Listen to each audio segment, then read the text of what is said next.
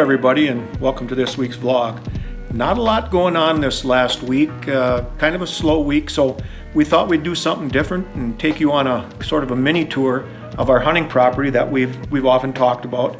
So without any further ado, let's send it up to Greg at the hunting property. Well, thanks Greg, thanks much.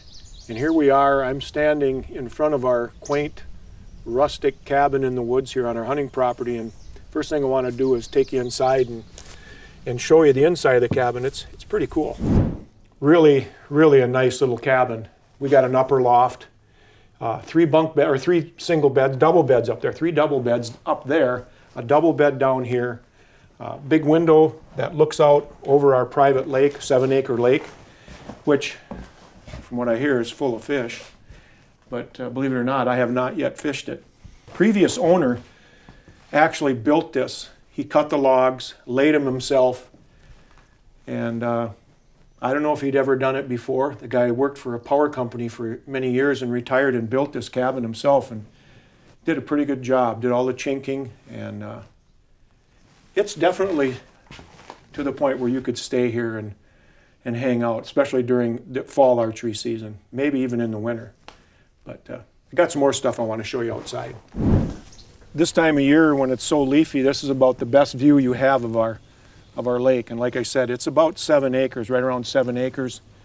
And there's a feeder stream coming into it, and it goes about 2 miles to a lake that I actually fish fairly often, a real good panfish and bass lake. So whatever's in that lake should be in this lake, and northern pike. Now we've heard there's some big northern pike in here.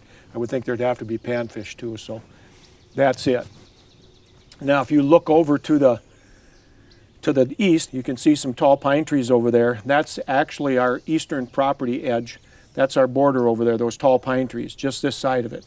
And then it goes straight north, the tops of those hardwoods that you can see over there, and then those tall pines, that'd be close to our property line, our eastern property line. We have a 40 that goes that way, so a quarter mile, and then we have a 40 that goes straight west. Our 340s lay side by side by side, so half mile that way and a quarter mile this way.